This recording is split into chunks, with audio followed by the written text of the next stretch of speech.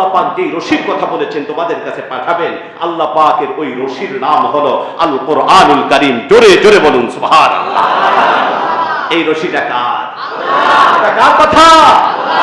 এটা আল্লাহর কথা। এই কথার ভিতরে কোনো সন্দেহ আছে? যদি কোনো ব্যক্তি সন্দেহ করে তার ঈমান থাকবে না চলে যাবে? জোরে বলুন, এই কথার ভিতরে কোনো সন্দেহ আছে? এই কথার ভিতরে কেউ যদি সন্দেহ করে তার ঈমান থাকবে? থাকবে না। আমার মুসলমান ভাইরা গভীর মনোযোগ। কেন এই কথাটা বলতেছি একটু সামনে গেলেই আমরা বুঝব।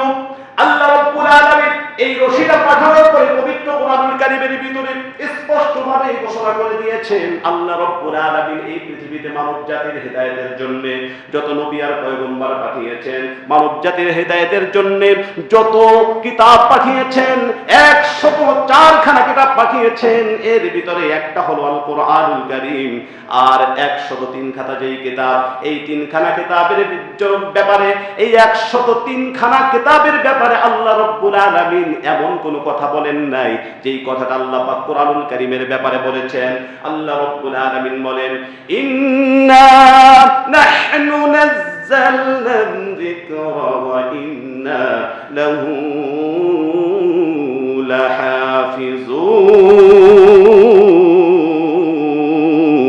লাহাফিজুন। আল্লাহ রাব্বুল আলামিন বলেন, বান্দারে আমি তোমাদের কাছে যে রশি পাঠিয়ে দিয়েছি, যে কোরআনুল কারীম আমি পাঠিয়েছি, নিশ্চয়ই আল্লাহ বলেন এই কোরআনুল কারীম আমি পাঠিয়েছি, আমি নাজিল করেছি, এবং অবশ্যই অবশ্যই আমি এই কোরআনুল কারীমকে হেফাজত করব। এই কোরআনুল কারীমের পক্ষে যারা থাকবে তাদেরকে আমি হেফাজত করব। এই কোরআনুল কারীমকে যারা শক্ত করে ধরবে তাদেরকে আমি হেফাজত করব। এই কোরআনুল কারীমের উপরে যারা আমল করবে তাদেরকে আমি হেফাজত করে দুনিয়ার সমস্ত বালা আর মুসিবত থেকেও হেফাজত করব, এবং জাহান্নামের আগুন থেকে তাদেরকে হেফাজত করে আমি আল্লাহ পাক জান্নাতের ফয়সালা করে দিব। জোরে জোরে বলুন সুবহানাল্লাহ। আবার একটু আমি শুনতে চাই, আল্লাহ পাকও তাকিয়ে আছেন, শুনতে চান এই কোরআনটা কার? এর ভিতরে সন্দেহ আছে? দোস্তরে আমার, এই কোরআনুল কারীম আল্লাহ পাক নাযিল করেছেন এবং এটার হেফাজতের দায়িত্ব আল্লাহ পাক নিয়েছেন। কোরআনুল কারীমের একটা সূরা কেন, একটা আয়াত কেন, একটা শব্দ কেন, একটা নুকতার ভিতরে কোনো পরিবর্তন নাই, কোনো সন্দেহ নাই। কোনো ব্যক্তি যদি একটা নুকতার বিরোধিতা করে, একটা শব্দের যদি বিরোধিতা করে, একটা আয়াতের যদি বিরোধিতা করে, একটা সূরার যদি বিরোধিতা করে, কোরআনুল কারীমের একটা আইনের যদি কোনো ব্যক্তি বিরোধিতা করে, ওই লোকটা কিন্তু সাথে সাথে বেঈমান হয়ে যাবে। তাকে আর মুসলমান বলার কোনো সুযোগ নাই। কথা বলেন ঠিক কিনা? কোনো সুযোগ নাই। সুতরাং যুগে যুগে, কালে কালে, যুগে যুগে এই কোরআনের বিরুদ্ধাচারীরা এসেছিল, কিন্তু তারা জমিনের বুকে নাই। তারা কোরআনুল কারীমকে স্তব্ধ করে দিতে চেয়েছে, কোরআনুল কারীমের আইন পরিবর্তন করতে চেয়েছে, কোরআনুল কারীমকে ব্যান করতে চেয়েছে, কিন্তু আল্লাহ পাক যুগে যুগে তাদেরকে ব্যান করে দিয়েছেন। কথা বলেন ঠিক কিনা? তারাই ব্যান হয়ে গিয়েছে। কোরআনুল কারীমের বিরুদ্ধাচরণ যারা করেছে, হয়তো সাময়িকভাবে ক্ষমতার দাপটে অনেক কিছু বলা যায়, কিন্তু মূল পরিকল্পনাকারী কে? জোরে বলুন কে? ওয়ামাকারু ওয়ামাকারাল্লাহ ওয়াল্লাহু খায়রুল মাকিরিন। আল্লাহ পাক বলেন, তোমরা ষড়যন্ত্র করো ইসলামের বিরুদ্ধে, ইসলামের বিপক্ষে, আমি আল্লাহর বিরুদ্ধে, নবীর বিরুদ্ধে তোমরা ষড়যন্ত্র করো। এটা ষড়যন্ত্রের জবাব দেওয়ার জন্য আমি আল্লাহ পাকই যথেষ্ট। সুবহানাল্লাহ বলবেন। আমার মুসলমান ভাইরা, আল্লাহ রাব্বুল আলামিন কোরআনুল কারীমের অন্য আয়াতের ভিতরে বলে দিয়েছেন, ইউরিদুনা আন ইউতফিউ নূরাল্লাহি বিআফওয়াহিহিম ওয়াল্লাহু মুতিম্মু নূরিহি ওয়ালাউ কারিহাল কাফিরুন। আল্লাহ রাব্বুল আলামিন বলেন, যারা আমি কোরআন কারীমের নূরকে যারা স্তব্ধ করে দিতে চায়, যারা মুখের ফুৎকার দিয়ে যারা নিভিয়ে দিতে চায়, আমি আল্লাহ পাকের নূর যারা ফুৎকার দিয়ে নিভিয়ে দিতে চায়, আল্লাহ রাব্বুল আলামিন বলেন, ওয়াল্লাহু মুতিম্মু নূরিহি ওয়ালাউ কারিহাল কাফিরুন। আল্লাহ রাব্বুল আলামিন বলেন, তোমরা আমার কোরআনুল কারীমের আওয়াজকে, আলোকে তোমরা নিভিয়ে দিতে পারবে না, আমি আল্লাহ পাকের নূরকে তোমরা নিভিয়ে দিতে পারবে না। আমি আল্লাহ পাকের নূর আমি পরিপূর্ণ করেই ছাড়বো। আমার ইসলামকে পৃথিবীর প্রত্যেকটা জায়গায় প্রত্যেকটা ইঞ্চিতে ইঞ্চিতে আমি পৌঁছিয়ে দিব, কিন্তু যারা বিরুদ্ধাচরণ করবে তাদের মুখ পুড়ে যাবে। কথা বলেন ঠিক কিনা? আমার মুসলমান ভাইরা, জোরে সোরে একটু বলতে হবে, আবু জাহেল, উতবা, সাইবা এই কোরআনের বিরুদ্ধাচরণ করে নাই কি করেছে? কি করে নাই? জোরে বলুন, করে নাই? করেছে। কিন্তু আবু জাহেলের গোষ্ঠী কি আছে? আবু জাহেল নাই, কিন্তু আবু জাহেলের গোষ্ঠী আছে, এখন আছে। আবু জাহেল নাই, উতবা নাই, সাইবা নাই, যারা মিথ্যাচরণ করেছিল তারা দুনিয়ার থেকে ভ্যানিশ হয়ে গিয়েছে, কিন্তু তাদের অনুসারী কিছু আমাদের দেশেও আছে, পৃথিবীতে আছে, যারা ওই আবু জাহেলের রক্ত যাদের যাদের শরীরের ভিতরে প্রবাহিত হচ্ছে, তারা আবু জাহেল যেমনি ভাবে লাফিয়েছিল, কোরআনের মিথ্যাচরণ করেছিল, তারাও দেখা যায় মাঝে মাঝে কোরআনের বিরুদ্ধে কথা বলে। এরকমের লোক আছে না নাই? জোরে বলতে হবে, আছে। কিন্তু একটা কথা বলে রাখবেন, আমি বারবার এই মস্তক থেকে এই কথাগুলি বলি, একটু বোঝার চেষ্টা করেন। যদি না বোঝেন, অনেকেই বলে হুজুর এত গরম গরম কথা বলে কেন? হুজুর একটু নরম কথা বলতে পারে না? হুজুর একটু নরম কথা বলতে পারে না? আর ভাই, নরম কথা বলার লোক অনেক আছে, কিন্তু ইসলামে যেমন নরম কথা আছে, ঠিক তেমনি ভাবে ইসলামে গরম কথাও আছে। কথা বলেন ঠিক কিনা? কথা বলেন আছে।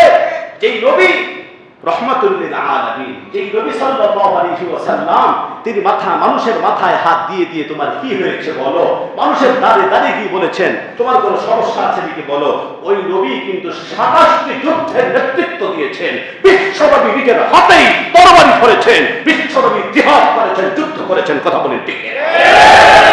সুতরাং শুধু নরম কথা ভালো করে মনে রাখবেন, শুধুমাত্র নামাজ, শুধুমাত্র রোজা আর হজ যাকাত দিয়ে আল্লাহ জান্নাতে যাওয়া সম্ভব নয়।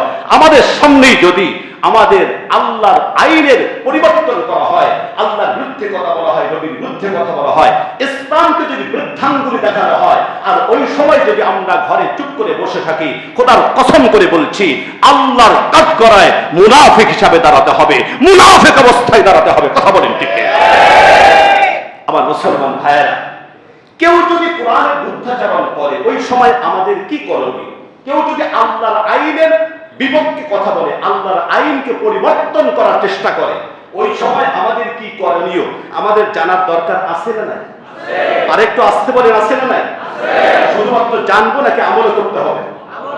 ভালো করে শুনে রাখেন। হ্যাঁ, তাফসীরে কাবীরের ভিতরে এসেছে ঘটনাটা, ভালো করে একটা ছোট্ট একটা ঘটনা আপনাদের সামনে বলবো, এখান থেকে আমাদের মূল সিদ্ধান্ত আমাদের বের করে নিয়ে আসতে হবে। তাফসীরে কাবীরের ভিতরে ইমাম রাজি রাহমাতুল্লাহি আলাইহি তিনি বলেন, একজন মুসলমান আর একজন ইহুদি, দুইজনের ভিতরে একটা দ্বন্দ্ব ছিল, একটা বিষয়ে দুইজনের ভিতরে দ্বন্দ্ব ছিল। এখন ইহুদি ব্যক্তি চাচ্ছে যে এই দ্বন্দ্বের ফয়সালার জন্য মুহাম্মদ রাসূলুল্লাহর কাছে যাব। সুবহানাল্লাহ বলবেন না? কাদের মাঝে দ্বন্দ্ব? এক মুসলমান আর এক ইহুদি। এখন ইহুদি চাচ্ছে যে মুহাম্মদ রাসূলুল্লাহর কাছে এটা সমাধানের জন্য যাব, কিন্তু মুসলমান সে চাচ্ছে যে না, এটার সমাধানের জন্য ইহুদি কোন পণ্ডিতের কাছে যাব। কেন? কারণ মুসলমান সে ভালো করে জানে, ইহুদিও যেমন জানে, মুসলমানও ভালো করে জানে, মুহাম্মদ রাসূলুল্লাহর কাছে যদি যায় তাহলে এখানে কোনো পক্ষপাতিত্ব চলবে না, এখানে কোনো ঘুষ চলবে না, মুহাম্মদ রাসূলুল্লাহ তো সঠিক বিচার করে দিবে। আর এই মুসলমান সে জানে আমি হচ্ছি না হকের পক্ষে, আমি হকের পক্ষে নাই, সুতরাং মুহাম্মাদের কাছে গেলে তো বিচারটা আমার পক্ষে আসবে না, বিচারটা চলে যাবে ইহুদির পক্ষে।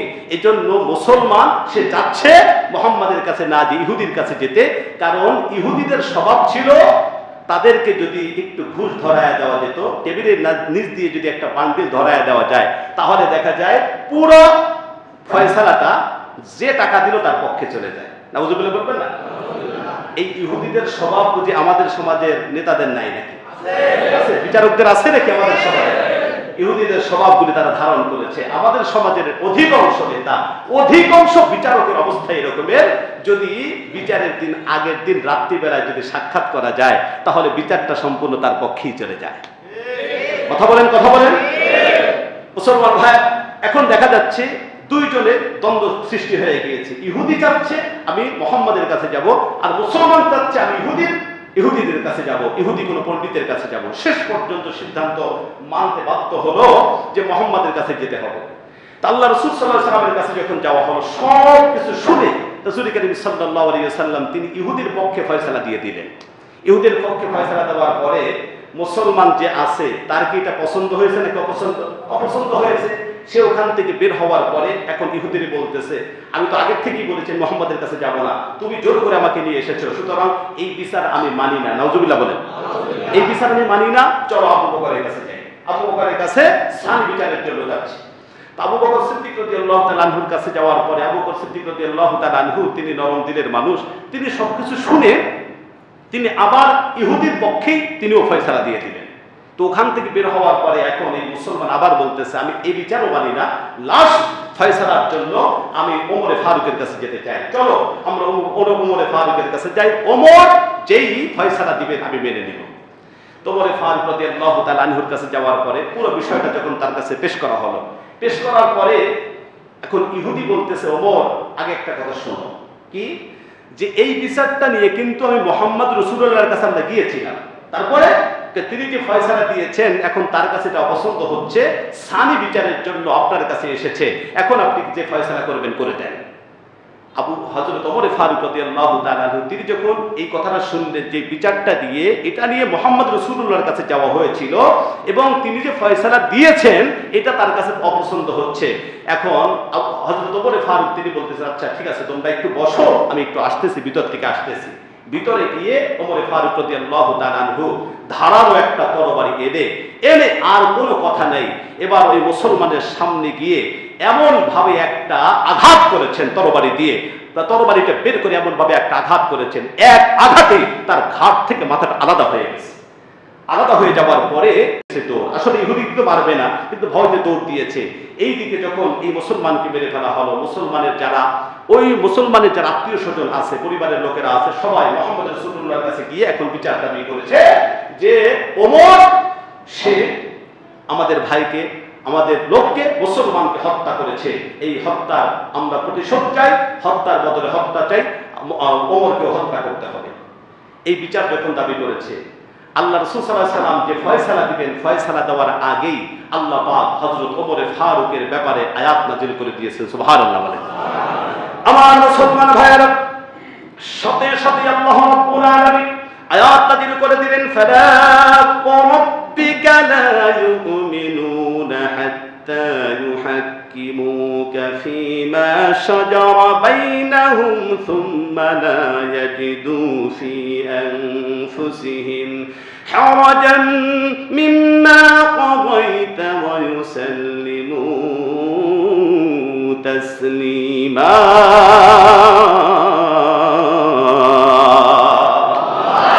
আল্লাহ রাব্বুল আলামিন আয়াত নাযিল করে দিয়ে বিশ্বনবী মুহাম্মদুর রাসূলুল্লাহ সাল্লাল্লাহু আলাইহি ওয়াসাল্লামকে বলছেন, ফালা ওয়া রাব্বিকা, ওগো নবী তোমার রবের কসম করে বলছি, তোমার রবের কসম করে বলছি, তুমি ফয়সালা করার পরে যার পছন্দ হয় নাই সে ওমরে ফারুকের কাছে গিয়েছে, বিচার দাবি করেছে।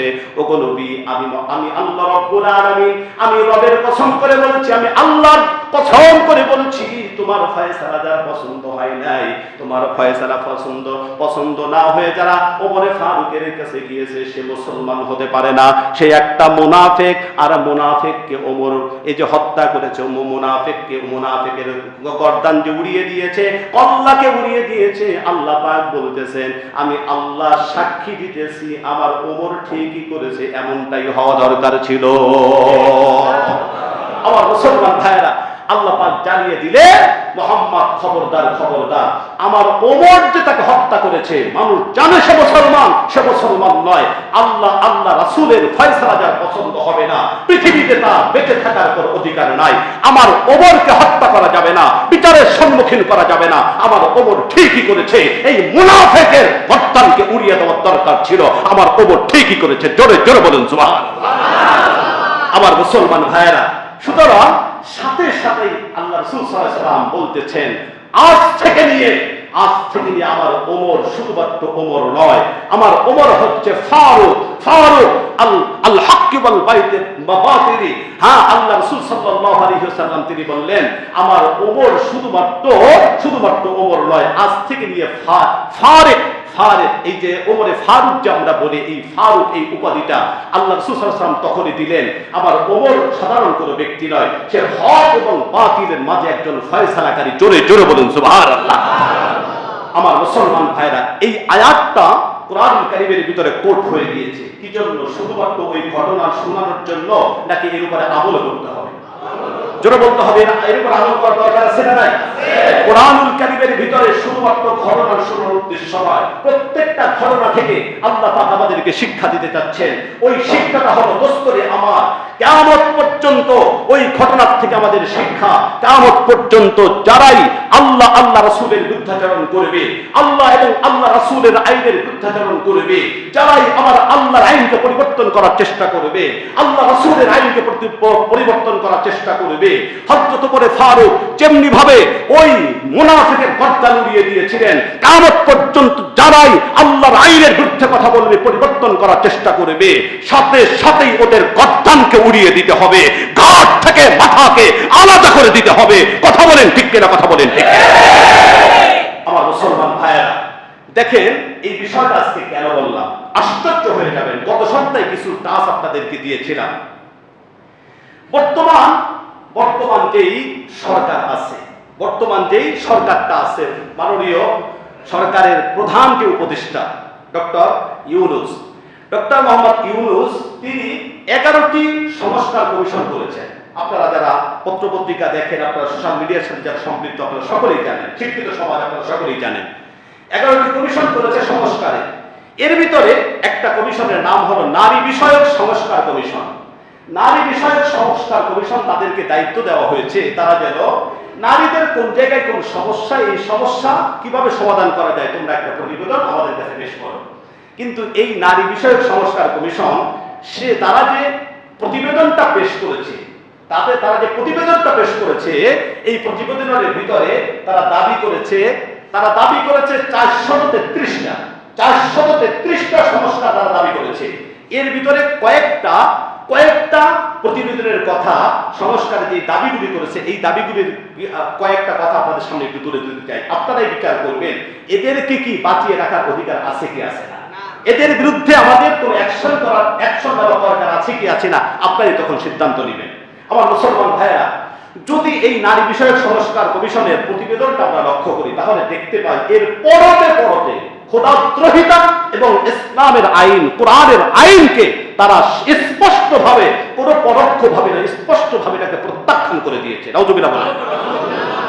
এক নম্বর আপনাদের কাছে বলছি, সবগুলো বলা যাবে না সময়, যেহেতু একেবারে সংক্ষিপ্ত, কয়েকটা কথা আপনাদের কাছে বলছি। এক নম্বর তারা যে কথা বলেছে, শুনুন। তারা বলেছে, যেহেতু রাষ্ট্র একটি এহজাতিক সত্তা, শুনেন আবার, যেহেতু রাষ্ট্র একটি এহজাতিক সত্তা, সেহেতু কোন ধর্মীয় বিধান অনুসরণ করে সংবিধান শুরু করা উচিত নয়। আরেকটু আসতে পারেন। রাষ্ট্র একটা এহজাতিক সত্তা, সেহেতু এটা ধর্মীয় কোন বিধান অনুসরণ করে সংবিধান শুরু করা উচিত নয়। কারণ তারা কি বলতে চাচ্ছে, যে সংবিধানের শুরুতে যে বিসমিল্লাহ আছে, আল্লাহর উপর অবিচল বিশ্বাস এবং আস্থার কথা যেটা আছে, এটাকে উঠিয়ে দেওয়া হোক, এবং রাষ্ট্র ধর্ম ইসলাম যেটা, এটা বাদ দেওয়া হোক, এটা তারা বলতে চায়। কথা বলেন ঠিক কিনা? কথা বলেন ঠিক কিনা? কিন্তু আমি আপনাদের কাছে জিজ্ঞেস করতে চাই, এই 92% মুসলমানের দেশে সংবিধানের শুরুতে যে বিসমিল্লাহ আছে, রাষ্ট্র ধর্ম ইসলাম আছে, এটা যদি কেউ বানচাল করতে চায়, ওকে ছেড়ে দেওয়ার কোনো সুযোগ আছে? এরা কি শিক্ষা নেয় না? এই কয়েকদিন পূর্বে ফ্যাসিস্ট হাসিনার যুগেও তার যে এক মন্ত্রী, তার টাকলা মুরাদ এই কথাই বলেছিল, রাষ্ট্র ধর্ম ইসলাম থাকবে না, 72-এর সংবিধান কায়েম করতে হবে, এটা বলেছিল। কত বড় বড় কথা বলেছিল। অল্প দিন যেতে না যেতেই আল্লাহ পাক তাকে সমাজের বুকে, পুরো দুনিয়ার বুকে লাঞ্ছিত করেছেন।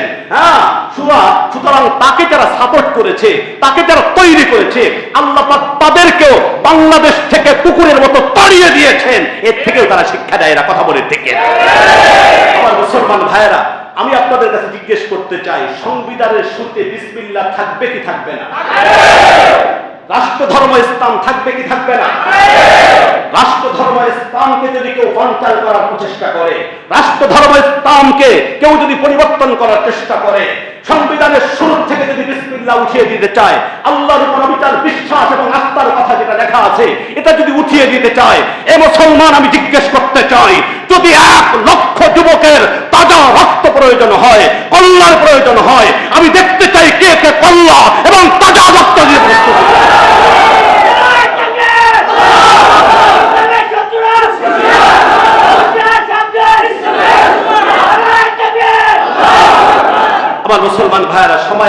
সংক্ষিপ্ত, একটু ভালোভাবে বোঝেন, একটু বোঝার চেষ্টা করেন। আল্লাহ পাক কিন্তু কিছু কিছু মানুষদেরকে, আমরা বহু ইতিহাসে দেখবে আছে, একজন সাহাবী সে ইসলাম ধর্ম গ্রহণ করার পরে এক ওয়াক্ত নামাজ আদায় করার সুযোগ পান নাই, একটা রোজা রাখার সুযোগ পান নাই, হ্যাঁ, একবার হজ করার উমরা করার সুযোগ পান নাই। ইসলাম গ্রহণ করার সাথে সাথেই আল্লাহ রাসূল সাল্লাল্লাহু আলাইহি সাল্লাম বলছেন তুমি জিহাদে চলে যাও। আল্লাহর বিরুদ্ধে যারা কথা বলেছে, আল্লাহর আইনের বিরুদ্ধে যারা কথা বলেছে, ওদের বিরুদ্ধে যুদ্ধে লিপ্ত হয়ে যায়, জিহাদে চলে যাও। এই সাহাবী জিহাদে লিপ্ত হয়ে যাওয়ার পরে জিহাদে গিয়ে সাথে সাথেই শাহাদাত বরণ করেছেন, শহীদ হয়ে গিয়েছেন। এক ওয়াক্ত নামাজও পড়ে নাই, রোজাও রাখে নাই, হজও করে নাই, যাকাতও দেয় নাই। আল্লাহ পাক বলেন বিনা হিসাবে তোমার জন্য জান্নাত ওয়াজিব হয়ে গিয়েছে। সুতরাং আমরা যতই নামাজ পড়ি না কেন, আমাদের সামনে যদি আল্লাহর আইনকে বিকৃত করা হয়, আল্লাহর আইন যদি পরিবর্তন করা হয়, ওই সময় ওই মসজিদের কোণে বসে যদি শুধুমাত্র তসবিহ টিপি, সুবহানাল্লাহ সুবহানাল্লাহর জিকির করি আর নফল নামাজ পড়তে পড়তে কপাল কালো করে ফেলি, আল্লাহর কসম করে বলছি এই রোজা, এই নামাজ, এই তসবিহ জান্নাতের এক কোণায়ও আমাদের ঢুকাতে পারবে না। কথা বলেন ঠিক কিনা? দ্বিতীয় নম্বর যে কথা একটু বোঝার চেষ্টা করে, দ্বিতীয় নম্বর হলো সে বলছে নারী পুরুষের মাঝে সম্পত্তির সমান অধিকার নিশ্চিত করতে মুসলিম এবং হিন্দু উত্তরাধিকার আইন সংশোধন করতে হবে। নারী পুরুষের মাঝে সম্পত্তির সমান অধিকার নিশ্চিত করতে মুসলিম এবং হিন্দু উত্তরাধিকার আইন এটা সংশোধন করতে হবে। হিন্দুদের ব্যাপার আমাদের দেখার দরকার নেই, ওরা বিরোধিতা করবে কি করবেন এটা তাদের ব্যাপার, কিন্তু আমরা করবো আমাদের কথা, আমরা বলবো আমাদের কথা। এখন বলেন এই যে কথাটা বললো এটা সম্পূর্ণ স্পষ্ট কোরআনুল কারীমের একটা আয়াতকে পরিবর্তন করে ফেলছে, সেটা হলো লিযযাকারি মিসলু হাজ্জিল উনসায়াইন। আল্লাহ পাক বলছেন উত্তরাধিকার সম্পত্তির বন্টনের ক্ষেত্রে আল্লাহ পাকের বিধান হলো ছেলে যতটুকু পাবে মেয়ে তার অর্ধেক পাবে। এই আইনটা কার? আল্লাহ। আরেকটু জোরে বলেন আল্লাহ। আল্লাহর আইন পরিবর্তন করার অধিকার ওদেরকে কে দিয়েছে? আল্লাহর আইন পরিবর্তন করার অধিকার ওদেরকে কে দিয়েছে আমরা জানতে চাই। কথা বলেন ঠিক কিনা? আল্লাহর আইন পরিবর্তন করার শক্তি এবং সাহস পৃথিবীর কোনো মানুষের নাই। আল্লাহর আইনের দিকে যে চোখ তুলে তাকাবে, পরিবর্তন করার জন্য চোখ তুলে তাকাবে, ওর চোখকে টেনে খুলে ফেলা হবে, চোখ উঠিয়ে ফেলা হবে। কথা বলেন ঠিক কিনা? আল্লাহর আইনকে পরিবর্তন করার জন্য যেই আঙ্গুল দিয়ে কিছু লেখা হবে, যে আঙ্গুল ব্যবহার হবে, আমরা আছি, আমরা বলে যাই নাই। শাহজালালের উত্তরসূরি এখনো পর্যন্ত বাংলাদেশে আছে, ওমরে ফারুকের উত্তরসূরি, খালিদ বিন ওয়ালিদের উত্তরসূরি আমরা। সুতরাং যেই আঙ্গুল ব্যবহার করা হবে আল্লাহর আইন পরিবর্তন করার, ওই আঙ্গুলকে ভেঙ্গে চুরে গুড়িয়ে ফেলতে হবে, গুড়িয়ে ফেলতে হবে। কথা বলেন ঠিক? আমার মুসলমান ভাইয়েরা, এই ব্যাপারে কারোর সাথে আমরা কোনো আপোষ করতে চাই না।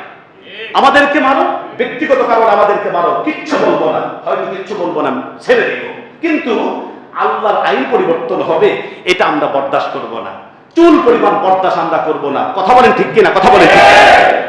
তৃতীয় হলো, এই ব্যাপারে আমি গত সপ্তাহে কথা বলেছিলাম, আসলে কি নারী আর পুরুষের ভিতরে, ছেলে এবং মেয়ের ভিতরে